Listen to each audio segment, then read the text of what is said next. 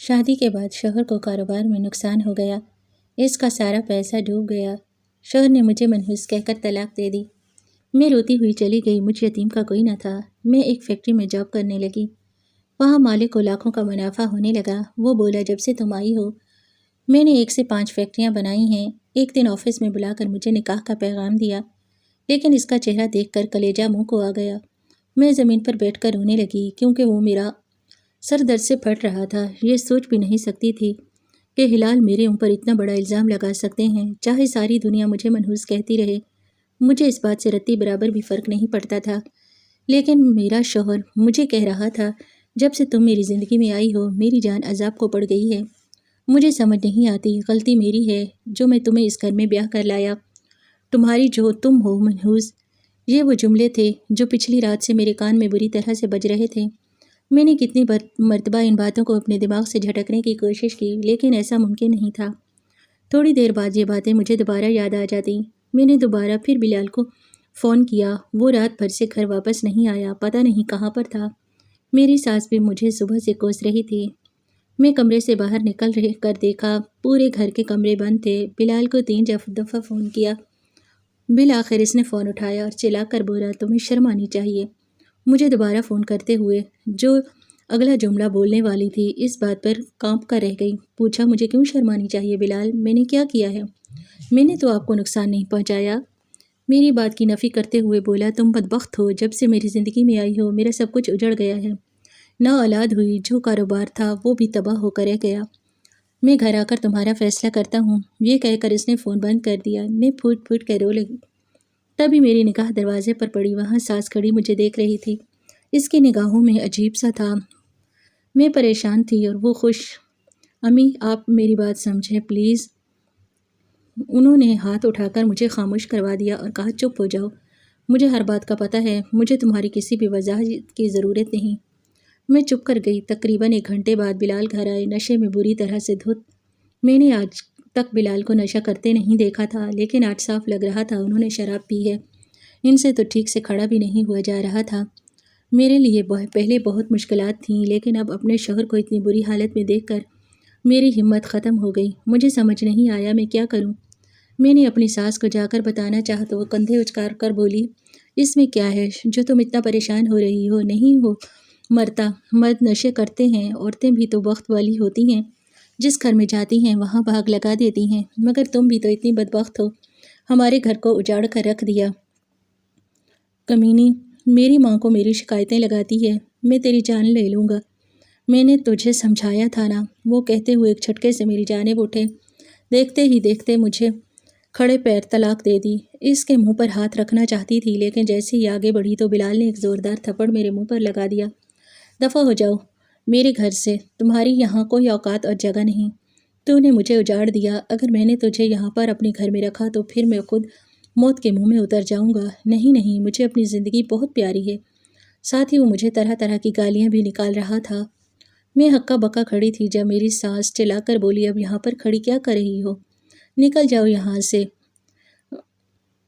اپنا سامان لے کر جائیں، اپنے ماں باپ کو بھیج دینا۔ یا اللہ کوئی تو میری مدد کو بھیج دے۔ لیکن میری مدد کو کوئی نہ آیا۔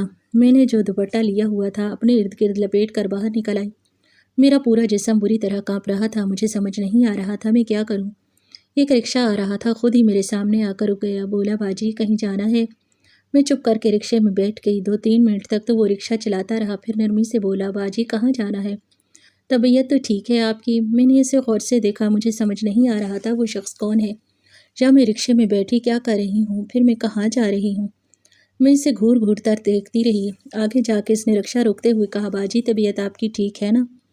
میں نے نفی میں سر ہلایا۔ باجی کہاں جانا ہے بتاؤ، میں آپ کو چھوڑ دیتا ہوں۔ رکشے والا مجھ سے زیادہ پریشان دکھائی دے رہا تھا۔ میں نے نرمی سے کہا، بھائی مجھے خود کچھ سمجھ نہیں آ رہا، یہ میرا موبائل لے لو، یہاں پر پہلا جو بھی نمبر ہے وہاں کال کر دو۔ میں جانتی تھی آج کل کے حالات اتنے اچھے نہیں ہیں کہ آپ اپنا موبائل کسی کو بھی پکڑا کر اگلے بندے پر اعتبار کریں، لیکن میرے ساتھ جو ہوا تھا میں تو سوچنے سمجھنے کی صلاحیت سے مفلوج ہو کر رہ گئی۔ لاکھ چاہنے کے باوجود بھی خود کو اپنے حواسوں میں نہیں رکھ پا رہی تھی۔ رکشے والے نے مجھے حیرانی سے دیکھا، وہ بھی کوئی اللہ کا نیک بندہ تھا۔ فوراً میرا موبائل لے کے پہلے نمبر پر فون کیا۔ میرے بھائی کو اطلاع دینے کے بعد دوبارہ فون مجھے تھما دیا۔ میں رکشے میں ہی بیٹھی تھی۔ وہ خاموشی سے نیچے اترا اور قریبی دکان سے پانی لا کر مجھے دیا۔ میں نے پانی کی بوتل ایک گھونٹ پہ ختم کی۔ وہ نرمی سے بولا، باجی اگر مناسب سمجھو تو مجھے بتا دو کیا بات ہے، شاید میں تمہاری کوئی مدد کر سکوں۔ یہ بات سن کر میں پھوٹ پھوٹ کر روتے ہوئے بولی، بھائی تم میری کیا مدد کرو گے؟ ابھی چند لمحے پہلے میرے شوہر نے مجھے طلاق دے دی۔ طلاق یافتہ لڑکی کی تم مدد کر ہی سکتے ہو؟ وہ خاموش ہو گیا، رکشے میں بیٹھ گیا۔ میرے بھائی کو وہاں آنے میں تقریباً 15 منٹ لگے۔ ان 15 منٹوں میں رکشے والے نے میری بہت مدد کی۔ وہ نرمی سے مجھے یہی سمجھاتا رہا، طلاق اللہ تعالیٰ کو اچھی نہیں لگتی، لیکن پھر بھی اللہ نے طلاق کی راہ تبھی رکھی ہے کہ آپ کے لیے آسانی ہو۔ جیسے آپ بتا رہی ہیں آپ کو طلاق ہوئی تو یعنی وہ انسان آپ کے قابل ہی نہیں رہا۔ اس آدمی سے جتنا بن پایا اس نے میری مدد کی۔ یہی وہ لوگ ہیں جن کی وجہ سے مجھے لگتا ہے کہ ابھی تک دنیا پر عذاب نہیں آیا۔ میرا بھائی وہاں پر آیا تھا تو اس کے ساتھ گاڑی میں بیٹھ گئی۔ اس نے رکشے والے کا بہت شکریہ ادا کیا اور چند پیسے بھی دیے، لیکن رکشے والے نے وہ پیسے لینے سے انکار کر دیا کہ میری بھی بہن ہے، اگر یہاں پر ہوتی تو کیا میں لالچی ہو کر پیسوں کو دیکھتا؟ اس بات پر میرا بھائی خاموش ہو گیا کیونکہ مزید کہنے سننے کے لیے کچھ بھی نہیں بچا تھا۔ گاڑی میں آتے ہی میرے بھائی نے پوچھا، یہ کیا معاملہ ہے نغمہ؟ میں نے بتا دیا، مجھے طلاق ہوئی ہے۔ وہ جو گاڑی سٹارٹ کرنے لگا، ایک لمحے کے لیے میرے بھائی کے ہاتھ ساکت ہو گئے۔ وہ مجھے گھور کر دیکھتے ہوئے بولا، اس کی جرت کیسے ہوئی کہ اس نے تمہیں طلاق دے دی؟ چلو میں پوچھتا ہوں جا کر۔ لیکن میں نے صاف انکار کر دیا، میری اب اس گھر میں کوئی بھی جگہ نہیں ہے، مجھے میرے ماں باپ کے گھر لے چلو، کل جا کر سامان لے آنا، کیونکہ میں بھی اب اس انسان کے ساتھ دوبارہ نہیں رہنا چاہتی۔ یہ بول کر میں نے سیٹ کی پشت کے ساتھ اپنی ٹیک لگائی اور آنکھیں بند کر لی۔ میرا بھائی ریش ڈرائیو کر رہا تھا، 5 منٹ میں ہی گھر پہنچ چکا تھا۔ گھر جاتے ہی دیکھا اماں کافی پریشان تھی، دروازے پر ہی کھڑی ہو کر میرا انتظار کر رہی تھی۔ میں جاتے ہی اماں کے گلے لگی اور روتے ہوئے بولی، اماں اس نے مجھے چھوڑ دیا، آپ لوگوں کی پسند نے مجھے چھوڑ دیا۔ وہ انسان جس کے ساتھ آپ لوگوں نے بڑے مان اور فخر سے میری شادی کی تھی، اس نے مجھے برباد کر دیا۔ میں روتی جا رہی تھی۔ اماں میری بات سن کے ہولے ہولے کانپنے لگی، پھر مجھے اپنے ساتھ اندر کمرے میں لے آئی۔ وہاں پر ابا بھی پریشان بیٹھے تھے۔ پوری رات یہی باتیں ہوتی رہیں کہ طلاق کیوں دی یا یہ وہ لوگ، لیکن ان تمام باتوں میں ایک مرتبہ بھی مجھے کوئی ایسی وجہ دکھائی نہیں دی جس پر واقعی میری غلطیاں قصور بن رہا تھا۔ میرا بھائی تو بہت غصے میں تھا، وہ بلال سے سوال جواب کرنا چاہتا تھا، لیکن میں نے منع کر دیا۔ جو ہو چکا ہے ہو چکا ہے، بلا وجہ اس انسان کے منہ لگنے کی ضرورت نہیں۔ باہر تو بڑی کٹھور بن کر میں نے یہ بات کر دی، لیکن اندر میرا دل چاہتا تھا۔ بلال کی وجہ سے کتنی دکھی تھی۔ بے شک مجھے اس سے محبت نہیں تھی، لیکن شادی کے بعد میں اس سے محبت کرنے لگی۔ محبت نہ بھی ہو لیکن پھر بھی ایک عادت ہوتی ہے جو میرے رگوں پہ میں دوڑ چکی تھی۔ اس کے بغیر نہ میرا دل ہوتا تھا نہ رات۔ یہی بات سوچ سوچ کر میں ہلکان ہو رہی تھی کہ باقی کی عمر میں بلال کے بغیر کیسے رہوں گی۔ میرا تو کوئی بھی نہیں تھا۔ کل کو میرے بھائی کی شادی ہو جاتی، پھر بھابھی مجھے تانے دیتی۔ 2-4 مہینے میں نے بلال کو یاد کرتے ہوئے گزارے اور پھر میری زندگی کا مشکل ترین وقت وہی تھا۔ لیکن جیسے ہی میری عدت مکمل ہوئی میں نے قسم کھا لی کہ اس انسان کے متعلق دوبارہ نہیں سوچوں گی جو مجھے اپنے ساتھ اپنی زندگی میں نہیں رکھنا چاہتا۔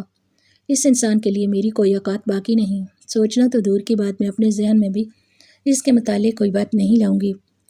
پہلے 5-6 دن میرے لیے بہت مشکل ہیں کیونکہ یہ 4 مہینے میں نے دن رات بری طرح سے بلال کو سوچا تھا۔ پھر میں نے مکمل طور پر اپنے شوہر کو سوچنا ہی چھوڑ دیا۔ لیکن گھر میں پورا دن فارغ رہتی تو میری ماں کو میری پریشانی ہونے لگی۔ وہ مجھے تھوڑا سمجھاتے ہوئے بولی، پورا گھر میں یوں ہی پاگلوں کی طرح پھرتی ہو۔ میں نے ان کی بات کی نفی کی، نہیں اماں میں پاگل نہیں ہوں۔ اگر آپ کو لگتا ہے میں ابھی بھی بلال کے خوابوں میں جی رہی ہوں تو آپ کی بہت بڑی بھول ہے۔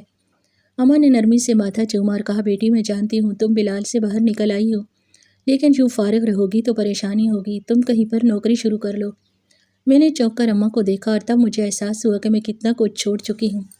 نوکری کرنا میرا جنون تھا۔ کتنی ہی مرتبہ بلال کے ساتھ بھی میں نوکری کرنے کی وجہ سے لڑی تھی۔ مجھے نوکری کرنی ہے لیکن بلال مجھے نوکری نہیں کرنے دیتا تھا۔ جب میرا کاروبار اتنا بڑا ہے، میں اتنا پیسہ کما رہا ہوں تو تمہیں کیا ضرورت ہے نوکری کرنے کی؟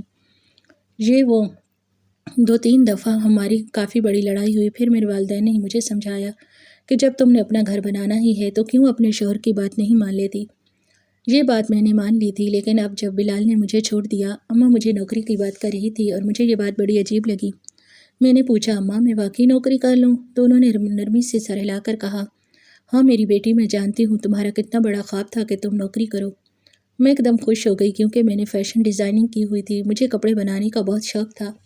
میرا جنون تھا کہ میں بڑی ہو کر فیشن ڈیزائنر بنوں۔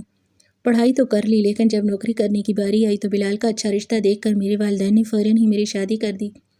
بیٹی اپنے گھروں میں ہی اچھی لگتی ہے، شادی کے بعد جو تمہارا دل چاہے تم وہ کرنا، اپنے شوہر کو بنا لینا۔ اماں نے مجھے کتنے دلاسے دیے۔ میں نے ان کی منت سماجت کے بعد 6 مہینے کے لیے ایک مرتبہ نوکری کر لیں، پتہ نہیں شادی کے بعد وقت آئی یا نہ، لیکن انہوں نے میری ایک نہ مانی اور میری امید ٹوٹ گئی۔ لیکن اب تو مجھے اتنی دیر ہو گئی، میں نے کوئی انٹرنشپ بھی نہیں کی تو مجھے نوکری دے گا کون؟ ان کے بات کاٹ کر میں بولی تو وہ نرمی سے مسکرا کر بولی، بیٹی کبھی نہ کبھی تو ناکام ہونا ہی پڑتا ہے، ایک دفعہ تمہیں کام نہیں ملے گا تو دوسری جگہ کوشش کر لو، وہاں بھی نہ ملے 4-5 جگہ اپلائی کرو تو تمہارے نصیب کا رزق لکھا ہوگا۔ میں بڑی خوش ہوئی، میں نے اس رات جاگ کر 10-12 جگہوں پر اپلائی کر دیا۔ فی الحال تو میں فیکٹریوں میں ہی اپلائی کیا تھا جہاں پر میں ڈیزائنرز کے طور پر کام کر سکتی تھی، لیکن 1.5 مہینہ گزرنے کے بعد بھی جب میری کسی ای میل کا جواب نہیں آیا تو میں ایک دم مایوس ہونے لگی۔ میں نے اماں پر تو یہ بات ظاہر نہیں کی کہ مجھے کوئی دکھ ہے یا میں اندر سے پریشان ہوں، لیکن ہر رات تہجد میں رو کر اللہ سے یہی دعا مانگتی تھی، یا اللہ تو نے میرا گھر بھی نہیں بسایا، مجھے اولاد بھی نہیں دی، اب نوکری کے لیے 1.5 مہینہ ہو گیا میں انتظار کر رہی ہوں، مجھے نوکری بھی نہیں مل رہی، میری آزمائشیں ختم کر دے میرے مالک۔ ہر رات رو رو کر میں اللہ سے یہی دعائیں مانگ رہی تھی۔ آدھا مہینہ اور بیت گیا، میں ایک دم مایوس ہونے لگی۔ اب تو میں نے تہجد پڑھنا بھی چھوڑ دی، بس پورا دن گھر کے کاموں میں اتنی طرح مگن رہتی کہ مجھے اپنی شکل بھی آئینے میں دیکھنے کا موقع نہیں ملتا۔ تب ایک دن میری سہیلی میرے گھر آئی، اس نے بتایا کہ میری طلاق ہو گئی ہے۔ وہ امریکہ گئی ہوئی تھی، لیکن جب واپس آئی تو مجھے ملنے کے لیے آئی، لیکن آگے میری حالت دیکھ کر بہت پریشان ہوئی۔ میں نے پوری بات اسے بتا دی کہ یہ ہوا تھا۔ اس نے دکھ کرنے کی بجائے یہی کہا، بہت اچھا ہوا، ایسے ٹاسک انسان کے ساتھ رہنے سے تو بہتر ہے تم شادی ہی نہ کرتی۔ میں چپ رہی، میں اس کی بات کا کیا جواب دیتی؟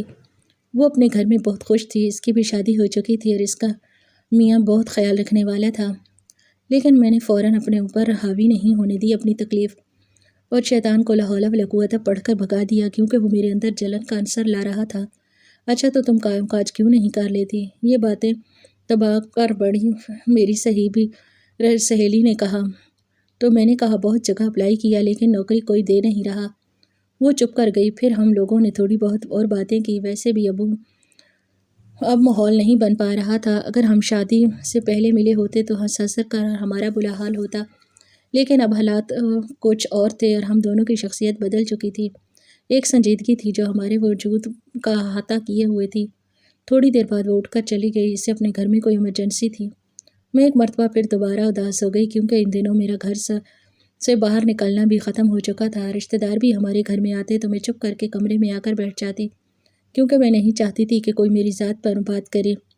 3 دن بعد مجھے رمشا کا فون آیا، وہ کافی مصروف لگ رہی تھی۔ سلام دعا کے بعد فوراً بولی، تم فلاں جگہ پر آ جاؤ، میں تمہیں لوکیشن بھیج رہی ہوں۔ میں نے وجہ پوچھی تو اس نے نفی میں سر ہلایا اور کہا، کہہ رہی ہوں نا ایک مرتبہ آ جاؤ، ابھی میں بہت مصروف ہوں تو زیادہ دیر تم سے بات نہیں کر پاؤں گی، یہاں آ جاؤ، یہیں پر بات کرتے ہیں۔ میں نے چپ کر کے فون رکھ دیا۔ میں نے امی کو بتایا، انہوں نے کہا کیا ہی روکنا تھا، ویسے بھی اب میں اس عمر میں داخل ہو رہی تھی، وہاں مجھے والدین کی اجازت کی بالکل بھی ضرورت نہیں۔ دل تو نہیں چاہ رہا تھا، لیکن امی نے مجھے زبردستی بھیج دیا کہ باہر نکلو گی تو شاید کچھ ٹھیک ہو جائے۔ میں نے اپنی چادر اوڑھی اور لوکیشن پر پہنچ گئی، دیکھا تو وہاں کافی دیر کھڑی رہی۔ ایک کوئی نئی عمارت بنی ہوئی تھی جس کی پینٹنگ وغیرہ کا کام ہو رہا تھا۔ اس عمارت کے اندر گئی تو مجھے حرم شاہ دکھائی دے گئی، وہ جلدی سے مسکرا کر مجھے گلے ملی اور بولی، آ جاؤ اندر۔ میں نے حیرت سے پوچھا، یہ کون سی جگہ ہے؟ وہ نرمی سے بولی، ہم لوگ نئی فیکٹری بنا رہے ہیں۔ ارے ماشاءاللہ، بے اختیار میں نے زبان سے یہ کلمہ ادا کیا۔ وہ نرمی سے بولی، یہاں پر ہم تمہیں بطور ڈیزائنر رکھنا چاہتے ہیں، اسی سلسلے میں بات کرنے کے لیے بلایا۔ میں نے حیرت سے رمشا کو دیکھا تو وہ مسکرا کر بولی، ہاتھ دباتے ہوئے بولی، مجھے یقین ہے کہ تم بہت جلد اپنی ڈیزائنر سے اور اچھے کام کرو گی۔ جہاں ہم دونوں کے علاوہ کوئی بھی نہیں تھا، کرم شاہ نے باقی کی ساری معلومات مجھے دے دی کہ ہم لوگ خاندان والے ہی مل کر یہ کام کر رہے ہیں اور ہمیں ایک ڈیزائنر چاہیے۔ ہمارے پاس ایک بہت اچھا آپشن تو تھا، لیکن میں نے اس جگہ تمہیں اہمیت دینا سوچا، کیونکہ اپنے ہی اپنوں کے کام آتے ہیں، سیلری وہی ہوگی جو ہم ایک پروفیشنل ڈیزائنر کو دیں گے، کیونکہ میں جانتی ہوں تم ایک بہت اچھی آرٹسٹ ہو، تمہارا ویژن بہت اچھا ہے۔ یہ کنٹریکٹ پیپر سائن کرنے ہیں اور کل سے بے شک کام پر آ جانا۔ میں نے حیرت سے رمشا کو دیکھا، وہ اتنی جلدی تمام معاملات طے کر رہی تھی، مجھے سوچنے کا موقع بھی نہیں ملا۔ میں یہاں پر یوں کھڑی تھی جب وہ دوبارہ پھر بولی، سوچنا بند کر دو، جب تم نے سمجھ لیا 5 مہینوں سے گھر بیٹھی سوچ رہی ہو، تم اب اگر وقت آ گیا ہے تو اپنے لیے کچھ کرو، بلال کی سوچوں سے نکلو۔ فیکٹری میں ابھی تو مکمل نہیں ہوئی، پھر میں کل سے کام پر آ جاؤں؟ یہی بات مجھے پریشان کر رہی ہے، میں نرمی سے بولی۔ تمہاری بالکل ٹھیک ہے تمہاری بات، لیکن فیکٹری جب تک مکمل ہوگی تب تک ہم لوگ اپنے ڈیزائنر بھی مکمل کر چکے ہوں گے۔ تقریباً 1 مہینہ مزید فیکٹری کی ریپوٹیشن میں لگ جائے گا، اور اس دوران ہم جتنے ڈیزائنز کر سکتے ہیں اور کلر سب کچھ ہم لوگ فائنل کر کے فیکٹری کے مکمل ہوتے ہی پروسیس میں کر سکتے ہیں۔ میں نے پھر اللہ کا نام لے کر فوراً ہی کنٹریکٹ پیپر پر دستخط کیے۔ کچھ دیر بعد میرے لیے چائے آ گئی۔ چائے پینا پسند نہیں کرو گی؟ میں نے اسے حیرت سے دیکھا تو وہ کانپ رہی تھی۔ کیا بات ہے رمشا، تم یوں کیوں کہہ رہی ہو؟ اس نے بے اختیار پانی کا گلاس اٹھا کے ایک ہی سانس میں پیا اور پھر نفی میں سر ہلا کر بولی، ہم پھر کبھی بات کریں گے، چائے پیو۔ میرے ساتھ مجھے بڑی الجھن ہو رہی تھی کہ بیٹھے بیٹھے اسے اچانک کیا ہو گیا، کیونکہ وہ بہت پریشان لگ رہی تھی۔ کیا کوئی فیکٹری کا مسئلہ ہے؟ سر ہلا کر بولی، نہیں فیکٹری کا تو مسئلہ نہیں، بس کچھ پریشانیاں ہیں۔ ہاں ابھی اس موڈ میں نہیں ہوں کہ میں تمہیں بتاؤں، صبر کرو، کچھ دن بعد میں خود ہی تمہیں سب کچھ بتا دوں گی۔ ابھی میرے لیے وہ سب برداشت کرنا بہت مشکل ہو رہا ہے۔ میں خاموش ہو گئی۔ دوبارہ میں نے رمشا سے کچھ نہیں پوچھا۔ جب گھر واپس آئی تو اماں بریانی بنا کر بیٹھی تھی۔ میں نے انہیں اپنی نوکری کا بتایا تو وہ بہت خوش ہوئی، بولی اللہ نے سن لیا ہے، تم بلا وجہ مایوس ہو رہی تھی، اللہ صحیح وقت کا انتظار میں سب کچھ انسان کو دے دیتا ہے۔ میں نے نماز وغیرہ پڑھنے چھوڑ دی تھی، پورا دن بکھلائی پھرتی تھی، کچھ بھی سمجھ نہیں آتا تھا۔ اگلے دن میرے لیے بہت اہم تھا، وہ کام کرنے جا رہی تھی، اس کی میں نے ہمیشہ خواہش کی تھی۔ گھر سے تو میں بالکل ٹھیک نکلی، لیکن جیسے ہی رکشے میں بیٹھی مجھے بہت رونا آ رہا تھا۔ بلال نے مجھے دبانے کی اور میری تمام خواہشات مارنے کی حتی المقدور کوشش کی تھی۔ مجھے وہ وقت اچھی طرح یاد ہے جب پہلی مرتبہ بلال نے مجھ پر ہاتھ اٹھایا۔ میری شادی کو تقریباً 1.5 مہینہ ہوا تھا۔ اس 1.5 مہینے میں مکمل طور پر گھر میں بند ہو کر رہ گئی۔ اپنے میکے بھی کام آنا جانا ہوتا تھا، میں اپنے میکے بہت کام آنا ہوتا تھا۔ بلال نے پہلی بات کی کہ میں تمہیں خود سے دور نہیں کرنا چاہتا، جب گھر آؤں تو آگے میری بیوی تیار اور خوش اخلاقی سے ملے۔ میری ساس تو عجیب تھی، مجھ سے اتنی بات کرتی نہیں تھی۔ شادی کے کچھ عرصے بعد مجھے پتہ چلا کہ بلال ان کا سوتیلا بیٹا ہے۔ انہوں نے دوسری شادی کی تھی اور بلال ان کے دوسرے شوہر کا بیٹا تھا۔ ان کا اپنا ایک بیٹا تھا جسے ان کے دوسرے شوہر نے اپنانے سے انکار کر دیا۔ وہ ننیہال میں ہی رہ کر پلا بڑھا تھا، میں کبھی بھی ان سے نہیں ملی تھی، میری ساس خود ہی جا کر ملاتی۔ یہ ابھی سننے کو ملا تھا کہ وہ لوگ کافی امیر ہیں، بس جب ان کے شوہر کی وفات ہو گئی تو پھر ان کے گھر والوں نے زبردستی ان کی شادی کر دی۔ بلال کے والد بھی کچھ کم امیر نہیں تھے، بلکہ ان کے گھر میں پیسے کی اچھی خاصی ریل پیل تھی۔ میری شادی کے بعد بھی میرے کسی معاملے میں میری ساس بالکل بھی نہیں آئی۔ اگر میں ان سے کوئی بات پوچھتی تو وہ کندھے اچکا کر بولتی، مجھے نہیں پتا، اپنے شوہر سے پوچھ لو، جو تمہارے شوہر کو اچھا لگے وہی کرو۔ میں پہلے تو بڑی حیران ہوتی کہ یار یہ مجھے کوئی بات بتاتی کیوں نہیں، انہیں نہیں لگتا کہ ان کی بہو کو کچھ کرنا چاہیے؟ لیکن پھر وقت کے ساتھ مجھے پتہ چل گیا، انہوں نے مکمل طور پر لا تعلقی اختیار کر لی بلال سے۔ خیر پہلی دفعہ انہوں نے مجھے پر ہاتھ اٹھایا جب میں نے نوکری کی ڈیمانڈ کی۔ پہلے تو مجھے سمجھاتے رہے، تم نے نوکری کر کے کیا کرنا ہے، میں بھی انہیں نرمی سے سمجھانے کی کوشش کرتی رہی، دیکھیں بلال میری خواہش ہے، مجھے اچھا لگتا ہے فیشن ڈیزائننگ کرنا، رنگوں کے ساتھ کھیلنا، یہ سب کچھ۔ ہماری بحث بڑی تو انہوں نے آؤ دیکھا نہ تاؤ کسی بات پر مجھ پر ہاتھ اٹھایا اور بولے، خبردار جو آئندہ میرے ساتھ بحث کرنے کی کوشش کی تمہارا گلا دبا دوں گا۔ تمہیں سمجھ کیوں نہیں آتی، تم عورتیں حقیر ہو، ہم مردوں پر روب ڈالتی ہو۔ میں ہکا بکا اسے دیکھتی رہ گئی کہ وہ مجھ پر ہاتھ اٹھاتے ہیں، اگر کسی شے کی خواہش کرتی وہ مجھے شے بھی نہ ملتی، اس پر بھی وہ مجھ پر ہاتھ اٹھانا نہیں بھولتے۔ یوں ہی کرتے کرتے ہماری شادی کو 2 سال ہو گئے۔ 2 سال تک میں نے ان کی بہت ماریں وغیرہ برداشت کی، کیونکہ میں نے سوچ رکھا تھا اپنے گھر والوں کو کچھ نہیں بتاؤں گی، جو میرا مقدر ہے۔ خیر دوسری جانب بلال کا کاروبار بھی ماند پڑنے لگا۔ میں نے انہیں دوبارہ نوکری کی آفر دی۔ اس دن انہوں نے مجھے بہت مارا اور گالیاں بکتے ہوئے کہا، میرے کاروبار کو بد دعائیں دی ہیں تم نے، نظر لگائی ہے، جب سے تم میری زندگی میں آئی ہو میرا کاروبار کم ہوتا جا رہا ہے، صرف اس لیے کہ تم باہر جا کر نوکری کر سکو، غیر مردوں کے سامنے اپنے آپ کو بیچ سکو۔ میں ان کی بات سن کر حیران ہو گئی، جس سے میں خود کی صفائی اور وضاحت دے سکوں۔ میں نے بہت سمجھانے کی کوشش کی، لیکن ہماری لڑائیاں دن بدن بڑھتی گئی۔ ایک دن ان کی فیکٹری مکمل طور پر ڈوب گئی۔ اس دن وہ کافی پریشان تھے اور گھر سے چلے گئے۔ میں نے پیچھے فون کیے لیکن پھر وہی ہوا۔ گھر آ کر انہوں نے کھڑے پیروں مجھے طلاق دے دی اور میں مایوس ہو کر والدین کے گھر آ گئی۔ فیکٹری کے اندر گئی تو وہاں پر اکا دکا لوگ ہی موجود تھے، حتیٰ کہ رمشا بھی نہیں تھی۔ ابھی تک میں نے آفس میں جا کر بیٹھ گئی اور میں نے رمشا کو فون کیا تو کافی پریشان لگ رہی تھی۔ میرے پوچھنے پر نرمی سے بولی، تم چاہے تو گھر چلی جاؤ کیونکہ آج میں یہاں پر نہیں آ سکوں گی۔ مجھے بڑا عجیب لگا کہ یار یہاں پر بلانے کے بعد پھر دوبارہ گھر جانے کا بول رہی ہے۔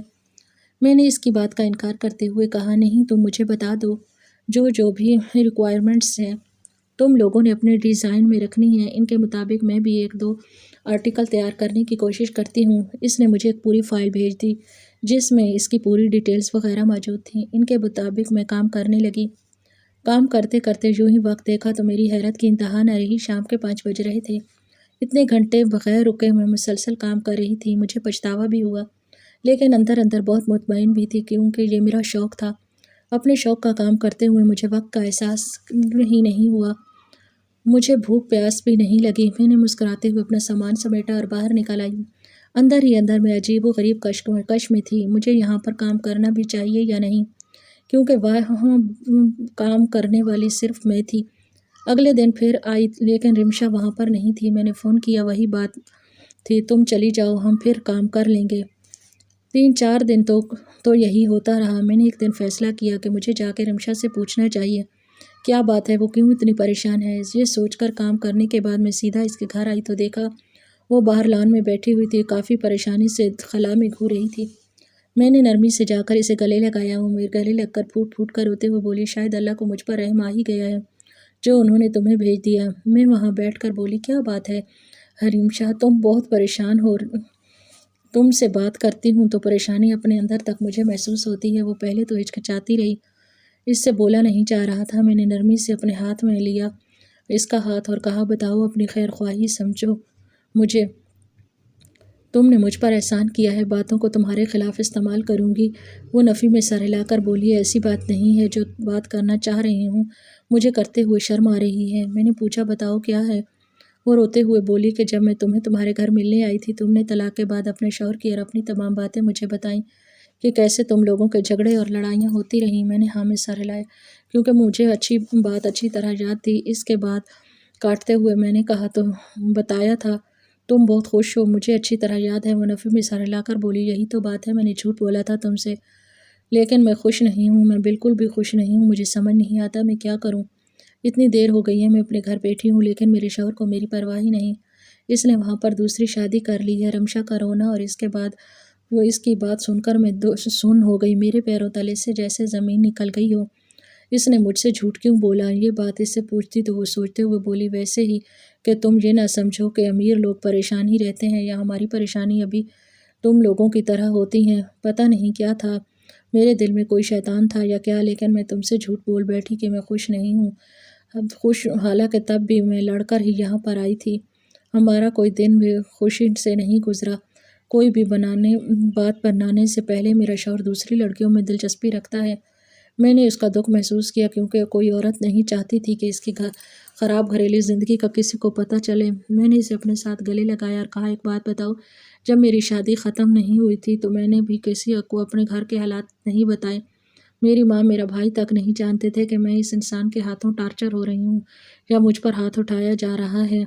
تمہاری شادی شدہ زندگی میں مسکرا کر کہتی تھی، الحمدللہ بہت اچھی ہے، تم اپنے آپ کو گلٹی فیل مت کرو، تم نے مجھ سے جھوٹ بولا، ہر لڑکی کا حق ہے وہ جو بات بتانا چاہے بتائے، جو نہ بتانا چاہے اس پر کوئی زور نہیں۔ میری بات سن کر وہ مزید روتے ہوئے میرے گلے لگی۔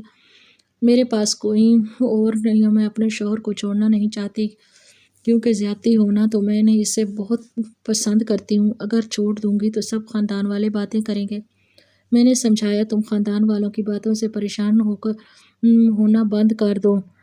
تم اگر اسے چھوڑنا چاہتی ہو، خاندان والے 1 مہینہ باتیں کریں گے، 2 مہینے، لیکن ساری عمر باتیں کوئی نہیں کرے گا۔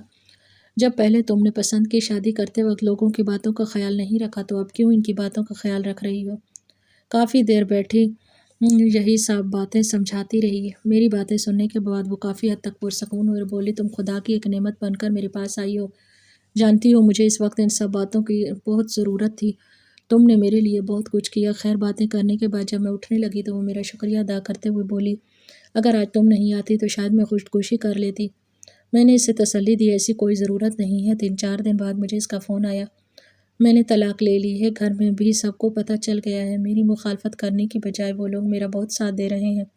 میں بہت خوش ہوئی۔ خیر اس نے مجھے منع کر دیا کہ ایک مرتبہ سب فیکٹری مکمل ہو جائے تب ہی آنا۔ 1.5 مہینے بعد میں دوبارہ سے فیکٹری میں گئی تو پہلے دن ہی مجھے دفتر میں بلا لیا گیا۔ وہاں گئی تو دیکھا ایک شخص ریوالونگ چیئر پر دروازے کی جانب پیٹ کر کے بیٹھا۔ میں نے سلام کیا تو اس شخص نے اپنی کرسی میری جانب موڑی۔ میں حیران رہ گئی کیونکہ وہ رمشا کا بھائی تھا۔ ہم دونوں ایک دوسرے کو دیکھ کر رک گئے کیونکہ اسے دیکھ کر مجھے اپنا وہ وقت یاد آیا جب رمشا کے بھائی نے مجھے کئی مرتبہ شادی کے لیے پرپوز کیا تھا، مگر میں نے ہمیشہ پرپوزل ریجیکٹ کر دیا اور کہا میں وہیں شادی کروں گی جہاں میرے والدین چاہیں گے۔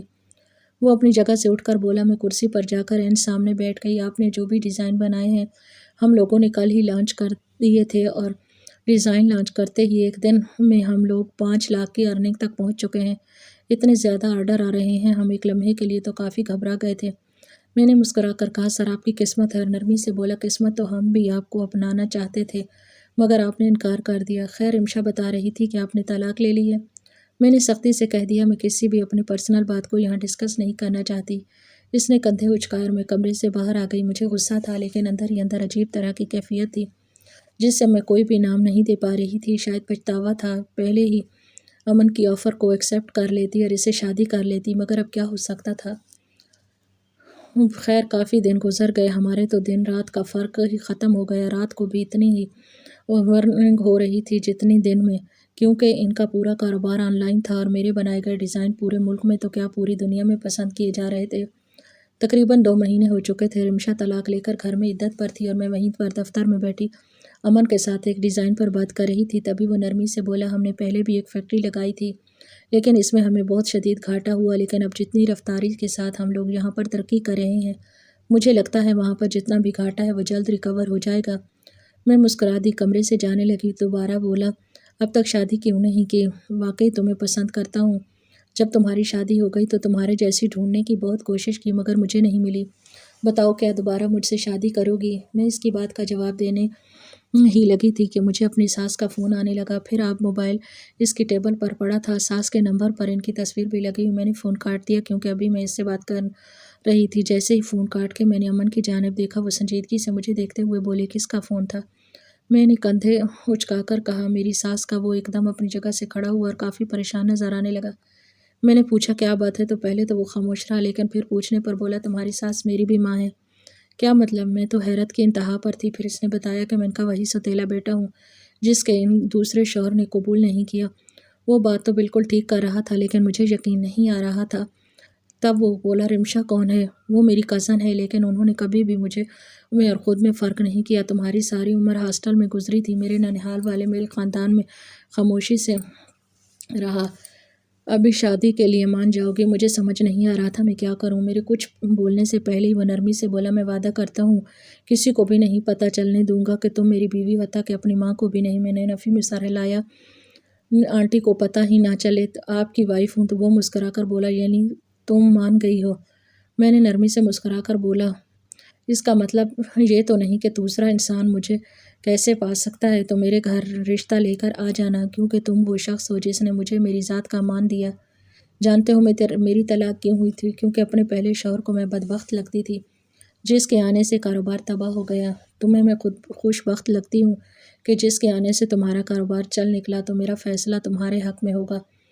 یہ بول کر میں آ گئی پیچھے۔ مجھے اس کا خوشی سے بھرا ہوا نعرہ سنائی دیا لیکن میں نے دل ہی دل میں اللہ کا شکر ادا کیا۔